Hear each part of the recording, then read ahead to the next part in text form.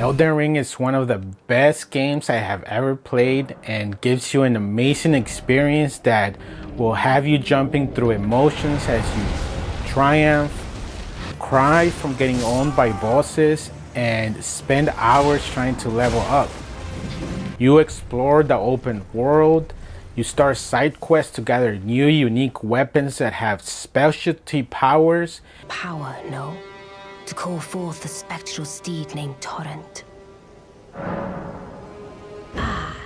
As I had hoped. And may just be the weapon you need to get the edge to overcome a certain boss. While I have a gaming PC with powerful specs, I didn't get to try Elden Ring until I purchased my kids a PS5 this past Christmas. While I purchased their PS5, I didn't know which game to buy for them. I even asked them, if I buy you a PS5 in theory, what games do you want? They didn't give me a straight answer, and after seeing an article that Elden Ring won Game of the Year, I decided to buy them that game. Now, when it came time to finally try out the PS5 and Elden Ring, my kids and I started to play the game together. We stupidly sold important items to buy an item needed to defeat Margit the Fell Omen, thinking we could easily get the items back. But that's definitely not the best way to earn runes. We reached what we thought was the first boss, since this massive troll jumps down onto you and you have to defeat him. After taking turns with my kids, we finally defeated it, but then quickly died trying to climb the path onto the castle. We respawned and we were so frustrated that this troll was there again. It's then when we realized that this was not even a boss and just a regular enemy that respawns when you die. Bosses, on the other hand, do not respawn.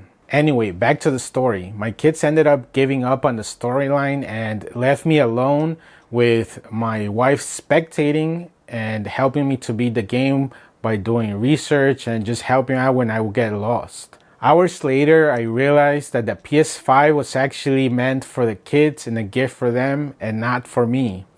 So I ended up giving them their PS5 back, and I decided to order my own PS5. The PS5 came in and I installed Elden Ring immediately.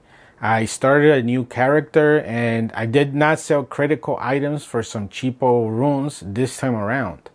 Foul tarnished. In search of the Elden Ring.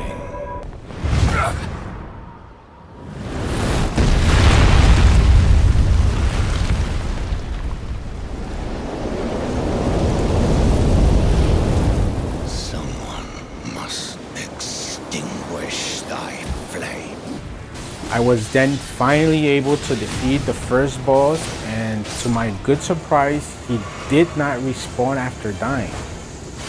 Thankfully, this whole story to become the Elden Lord happened during my 2-week Christmas break from work. I woke up and I would play. I would eat some lunch, play some more, took a shower, and go back to play some more. Hours turned into days. Days turned into 2 weeks, and just as my Christmas break was close to ending, I was determined to beat the game no matter the cost. With my original plans of going to the gym during my break going down the drain, I was in too deep like Donnie Brasco. This job is eating me alive. I can't breathe anymore. And if I come out, this guy Lefty dies. They're gonna kill him because he vouched for me. And after dying too many times to the final boss, I called in reinforcements and started taking turns with my kids to defeat the Elden Beast. And at one point, I was very close to beating him, but it ended up being my son that was able to defeat the boss. And as he did, my whole family cheered in happiness as we finally slayed the final part of the game, and I sighed in relief so I could move on with my life. But did I? Could I consider me passing the game if it was my son that defeated the boss? Of course I could not. A true gamer would never accept this. This set in the perfect excuse to restart the game from scratch and start the experience all over again.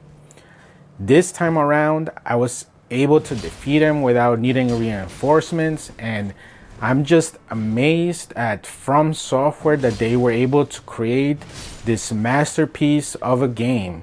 It breaks the tradition of regular games of a very linear gameplay where the video makers baby you and tell you to go from point A to point B, and you continue the whole game this way where everything becomes very predictable and super boring. Elden Ring takes a different approach and lets you explore, and it does not force you to progress in a linear fashion, and there are even different outcomes when you pass a game depending on the actions that you take on all of your quests. Overall, I'm very happy to have experienced this game, and just be warned, this game will ruin other games for you. When I go back to my regular games that I would play on a regular basis, like Heroes of the Storm and Overwatch, it just doesn't feel the same anymore. Happy gaming, all.